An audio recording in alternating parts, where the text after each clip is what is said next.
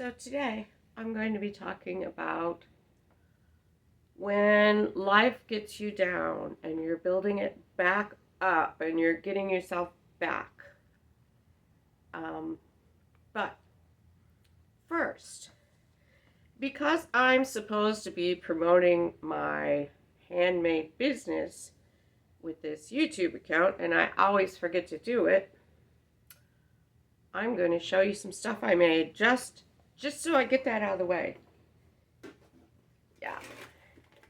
We have this lovely little box. Okay, these are things. This is a keychain. Whoops, keychain. That's the earth tone one. And here's the purple one. There's also a maroon kind of one and a blue kind of one, and I don't know what else. Oh, this one. I think that's like, it's not hanging right, river pebbles. Okay, I know that these two, the earth tone and the purple, are on the Shopify site, and they're on Maker Place, which is through Michaels. And yeah, I should have looked up how much they are. They're like $8 or $10 and postage. Whatever postage is. So, whoa, don't need the guitar yet. Got that out of the way. I'm Cher, and I'm a musician, and I have not one but two businesses to keep me going because I'm a musician and I don't make any money at it, even though I'm really good. Yeah, well, anyways. Okay, I have a card here that says what I'm supposed to say.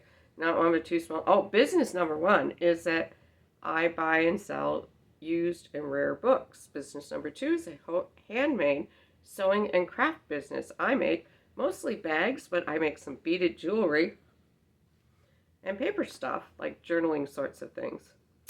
And I'm here to talk about the joys and frustrations of running your own business. Although I seem to veer off into way more topics than that, which you'll just have to accept or click me off. Anyways, this one is I get knocked down, but I get up again.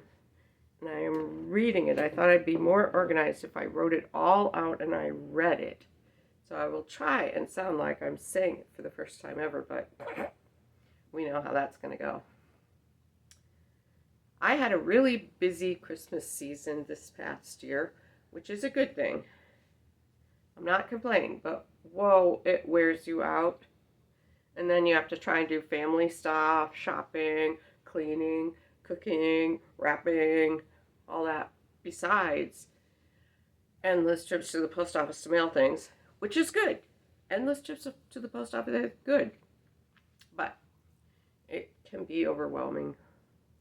I did not actually create anything, sew or craft or whatever. I didn't do anything during December or most of November. So I was really looking forward to getting back to it in January.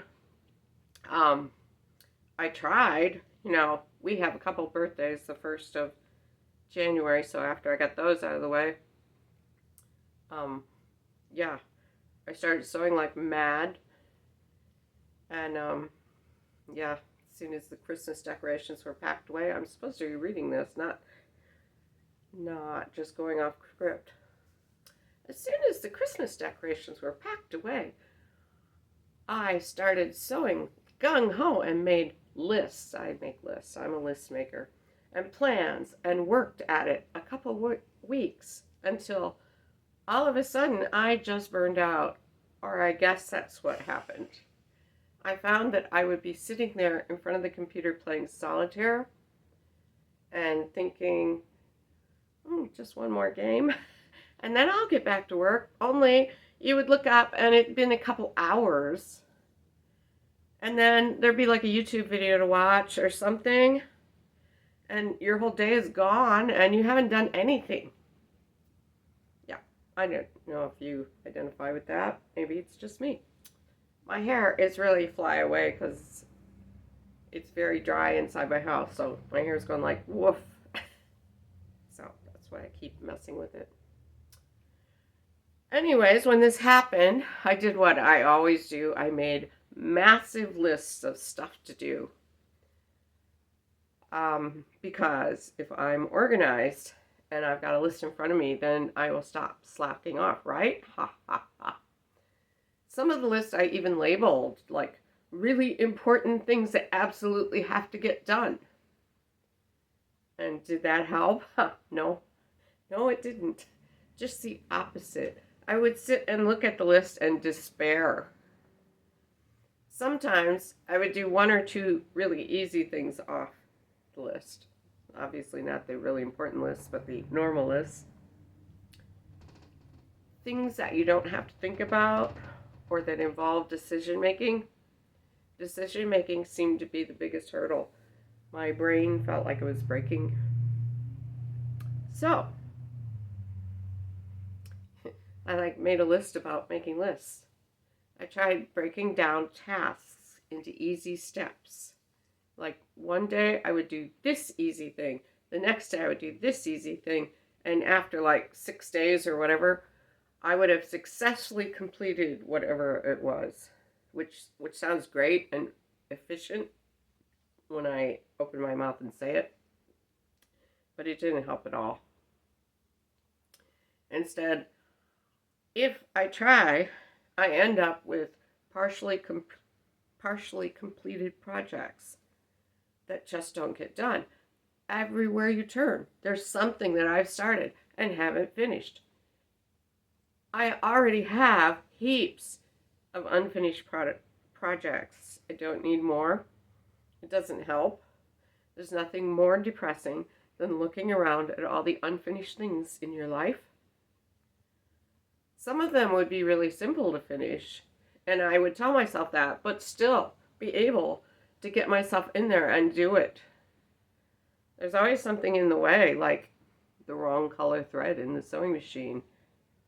Something that is absolutely no big deal when you're in normal mode, but when you're in helpless mode, everything is impossible.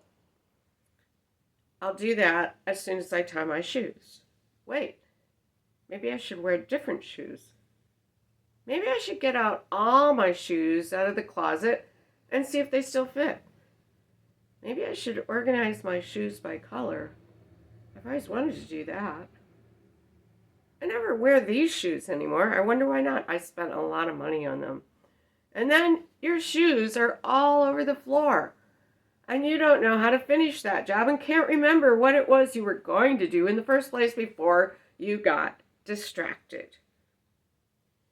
So, after an interminable time that was probably a week, I don't know, felt like ever. So finally, I made a list that had only easy things, no hard things, just easy things. If I could keep myself busy doing things all day long, even if they were only easy things, I can trick myself into feeling like I'm a functioning human being and get out of sloth mode. And yes, it worked. After a couple days of it, I even picked out one challenging thing and added it to the list. Just one. And I tricked myself into doing it. Well, if I remember correctly, I tricked myself into starting it, and I did the second half the next day. The weird thing is that the sewing room has always been my peaceful place, and I would go there to de-stress, but it had turned into the center of the stress. I don't love doing markets. Understatement. I'm not good with people, and you feel very vulnerable out there in a public place trying to get people to buy your stuff. And you suddenly wonder if it's even good enough to try selling to anyone, and maybe your prices are too high, and etc., etc., etc. Anyhow, that all transferred itself into this sewing room, because what am I sewing things for? maybe I should make a list of abandoned projects and finish them off one after another. Doesn't that sound good? Would I ever do it? No. Ha! I can totally see myself making the list, though. I am a championship list maker. And I even start to work on them. And maybe I'll get one thing done, and then I feel like I'm queen of the world and I can conquer anything. Just look at me. I'm a success. But then my brain goes off in some other direction. Or there would be some unexpected circumstance. Like just the other day, over the weekend. It's only Tuesday. Over the weekend, my friend Colin showed up with even more fabric. He had earlier gotten a pile of fabric from a lady who was cleaning out her mother's house, and her mother was a sew person. And I think he found her on Facebook Marketplace.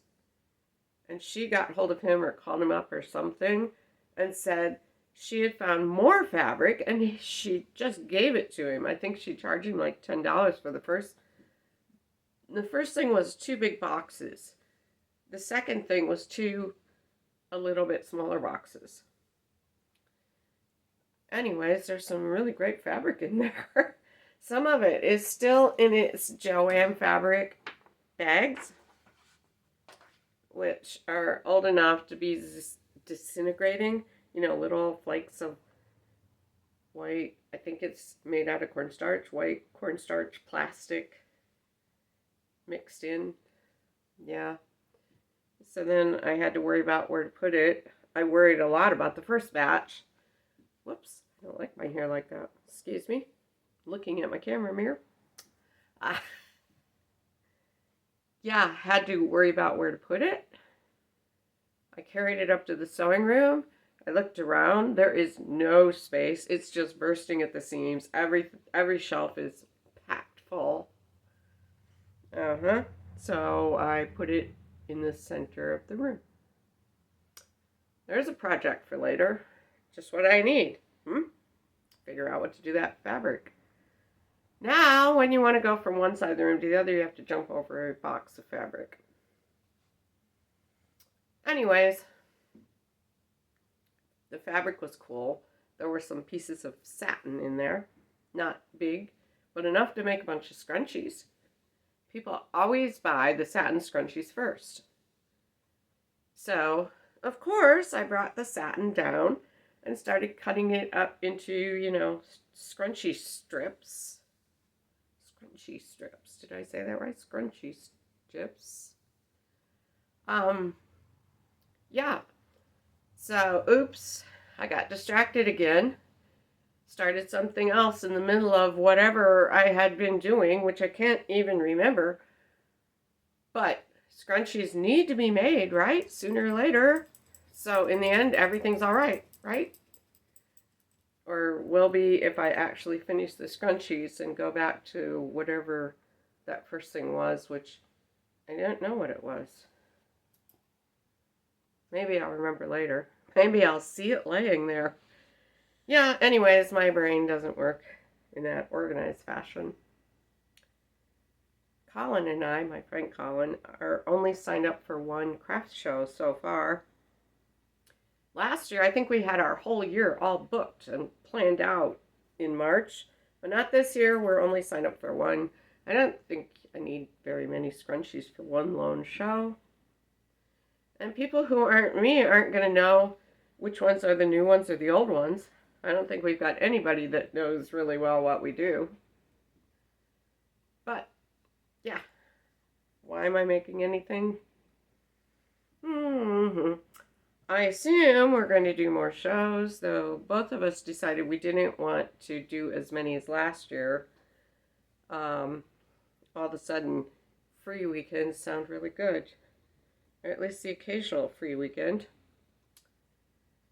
I, however, made kind of a mistake. Okay, here's what happened. Our band, my band that I'm in, plays a local music festival downtown in the town I live in. They acoustic. They have this music night downtown where lots of musicians are playing and crowds wander around to listen to various different bands and whatnot. I mean, I think they even had like a barbershop quartet, which is not like me, but that's fine. Anyways, it's kind of fun. The farmers market people sent out a notice to all the people on the music festival mailing list looking for people to play music at the farmers markets, which is not exactly a high point in a musician's career, but what else are you going to do on a Saturday morning, right? I consulted with the band and they said, sure, we can do it whenever, except for June. We can't do it in June, but we can do it whenever. So I got back with the organizer and made the big mistake of leaving it loose, like whenever you need us, just let us know, rather than getting firm dates. Thinking they would get back to me and then everything would be hunky-dory and I could plan my life. But they haven't gotten back to me. It's been 2 months. So I am totally unable to plan the rest of my summer. Let me see. Gotta turn my page here. If I have to save every single Saturday morning all summer long till I hear back from them, yeah. Anyways, I sent an email saying this. Well, I didn't say that. I said something professional sounding. Of course, we haven't gotten an answer. So can't plan anything, which is why we're only signed up for one lousy little craft show. Which really is just a minor annoyance, not a big problem. I wonder how many polite, professional sounding messages I can send the organizers before they start thinking of me as so annoying that they say they don't want us at all. They don't write a rule book for this, do they? Anyways, I think I've said about everything. So to wrap things up here, I am back in the game after a bit of a detour, although I don't feel like pushing myself really hard. I pretty much took most of February off, but that's okay. I'll live. It's a relief to be feeling productive again. It's not a very fun feeling like a failure. That's a lot of feelings, but anyways, I still have way too much to do, way more ideas than I can ever accomplish, unfinished projects everywhere, but I'm working at it and hopefully getting the important stuff done. I don't feel helpless anymore, and that makes all the difference in the world. I just had to trick myself into getting here. I didn't really change anything or solve anything. I just made myself realize that it's okay. This is me. This is who I am. This is what I'm like. I'm always underwater doing way too many things. But I get enough stuff done. Whatever works, I guess. You have to do what you have to do. And your song of the day, whether you like it or not, which is written in really small letters, so I'm just going to pull this music stand really close to me. But you can't see it, so you don't know. This is a really old song. The first of my friends who found a girlfriend online. And it was so, I'm going to show my age here, which you know isn't young. It was so weird and different that the song is kind of a fantastical, what could be possible, not the sordid online dating that we know today. And I'm like comparing online dating to Horton Hears a Who Dr. Seuss book. So, anyways, this is called cyberspace. And just go back in time and remember a time, probably before you were born, when online connections with people were a weird thing. And other people didn't believe it could possibly happen.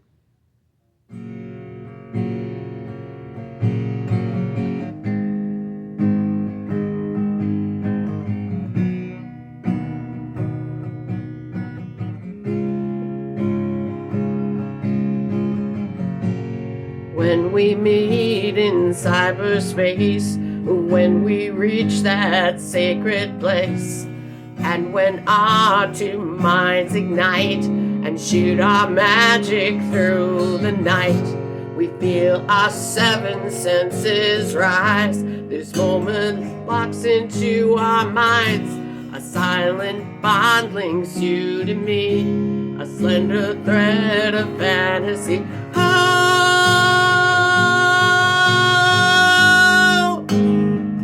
it's just a flower pressed between the folds of time. Oh,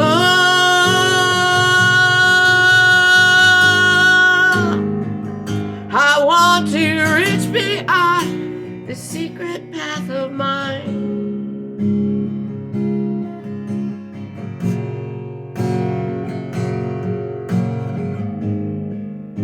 If I only knew how to play guitar.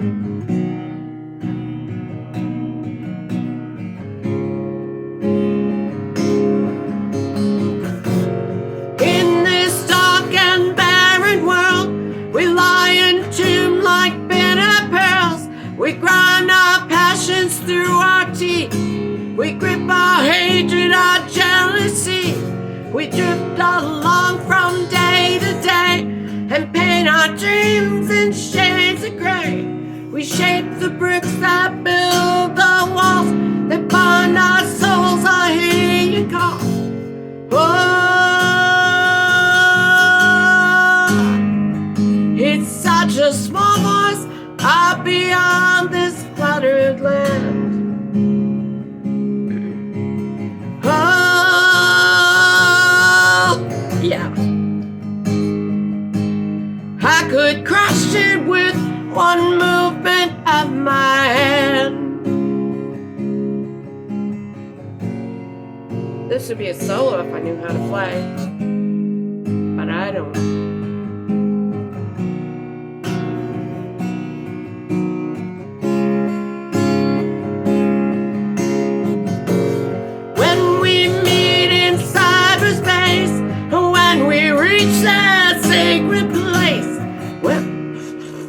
Then I screw it up. We cast the nets that sift the pearls from the secret corners of the world, and in a blinding flash of light, our dreams and fantasies unite. Our power shakes the cavities beneath the cities, beneath the seas. Oh,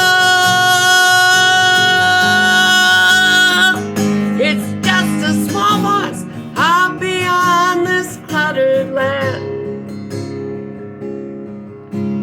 Oh, yeah.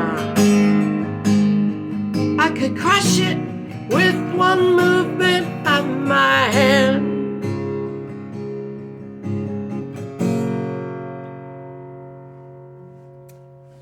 Thank you. I can't even push the button.